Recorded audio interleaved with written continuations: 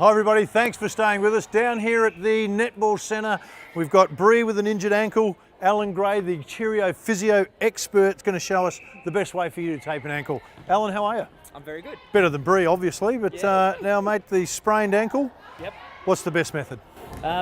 Basically, I use generally 35mm or 38mm tape and rigid strapping tape to try and basically block the movement back into the inversion position, or that rolling position that most girls will do their injury, and the way that Bree's done it.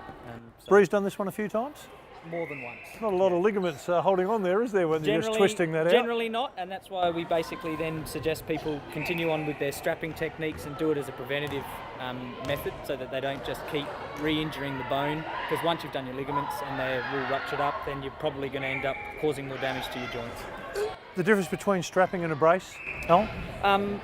My personal preference is strapping, just because I think that it gives much more closer feedback, but there's plenty of evidence to suggest that sometimes strapping loosens up after, even 3 minutes of exercise. Yep. But in my experience, it works more than effectively. It won't save you, it's not a cure-all, No. but it will definitely give you some more feedback to help prevent that injury from happening again, or save it from having a more severe injury.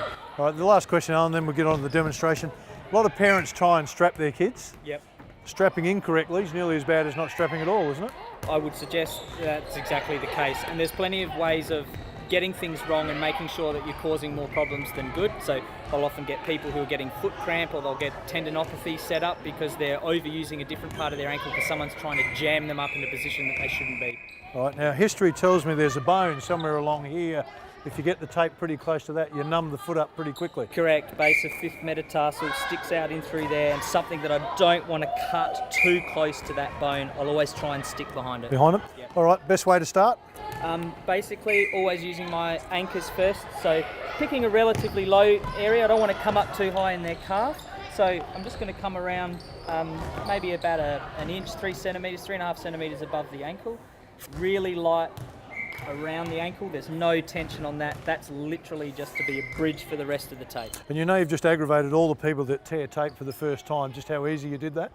I've seen so many people tear that and it's in knots and they need scissors. So Little trick, keep your fingers really close, pull apart. As long as they're close, you're going to get a good tear. People tend to try and keep their fingers far apart, and it's messes worked up the that tape. time, but often it'll just twist. tape. Yep. All right. All right. First bit, little anchor.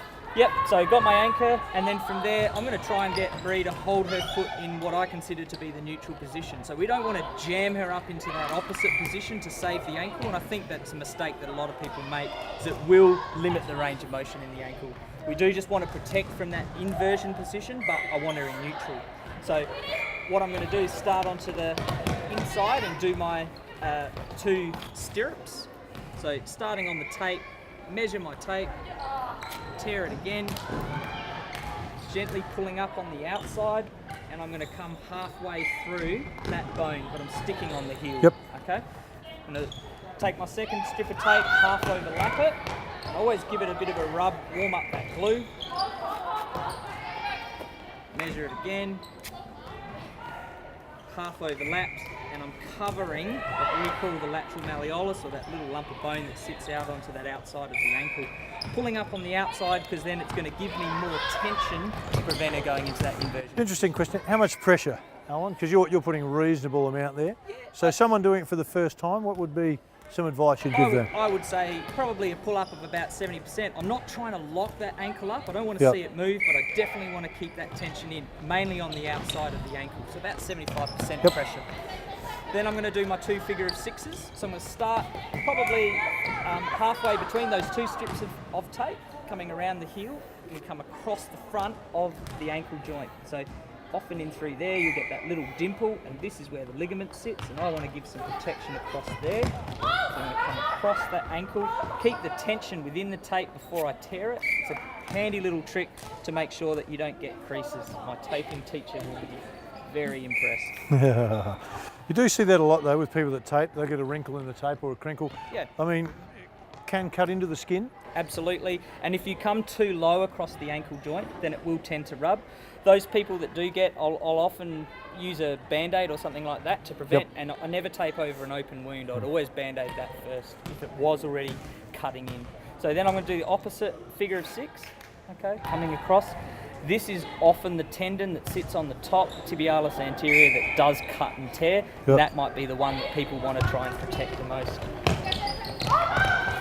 Covering down, I'm on the angle, and then just come up straight in line with the shin bone. Again, giving that 75% pressure pulling up. And all we're doing is layering that tape. With each bit of tape, you're going to find that it gets tighter and tighter. So if in a simple form, you're reconstructing the ligament using tape, or protecting the ligament because Protecting it's the damaged? ligament more than anything, because the ligament actually runs in that line. The main ligament that gets damaged, you've got the other one that sits down on a more vertical plane, and that's usually the second one that gets damaged. If you're doing a real doozy, you're going to get that back posterior ligament back in through there. So you've got those 3 branches of that lateral ligament. So the most common one to rupture is the anterior talofibular ligament, tibiofibular ligament. Yep. Okay, let's go figure of 8. So I come down on a slightly more acute angle. Yeah. I'm going to come back and get on a 45 degree. You'll see it on my next strip. 45 degree angle across the heel, and then up and around.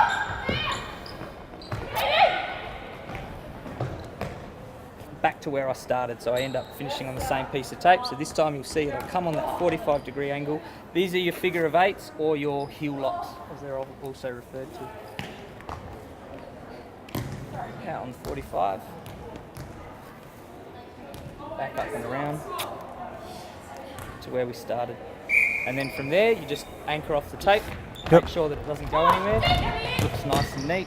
Very loose around, you don't want to cut off the circulation or cut into the Achilles, so that's just a light piece of tape to finish it off. And then if Bree just tries to roll the ankle in, it starts to get quite tense. You don't want to limit all the movement, but you do want to give her some feedback if her ankle starts to go that way. So Bree can still has full up and down motion? Correct. Would assume that a little bit of swelling here, oh, sorry, playing with your foot, Bree, when it's up like this, just fluid? Just a little bit of fluid from an old injury? Yeah, correct. And, you know, I give that cut of tape when she goes and exercises as well, and when they're coming back from those injuries, they're going to get some swelling. There's going to be some irritation of the joint capsule, and that will often produce the fluid, you know. Some people develop an allergy to the tape.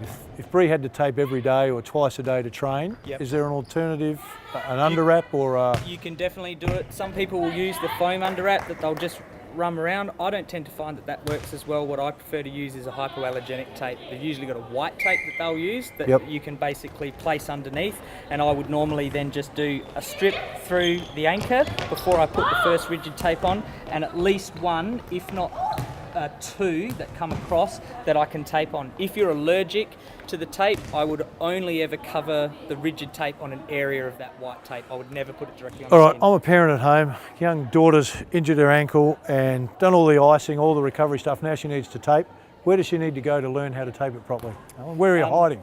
Well, I guess like I work out of PhysioFit SA at Hyde Park and Karalta Park, but if they went to their local physiotherapist, saw a sports physio, someone who dealt with sports injuries, they should be able to learn that technique relatively well from them. Just ask them that you want to do some preventative strapping, you want to learn that technique. I show parents that all the time because I think it is easier for the parents in the early stages and junior development to get it right and tape the kids for them, but then once you're hitting the middle ages and you're doing it really consistently, I encourage the girls to do it themselves. All right, just before we go to a break, is the nail polish any bearing on the ankle or not? No, but I appreciate them looking good. Do you? All right. They do a good job for me.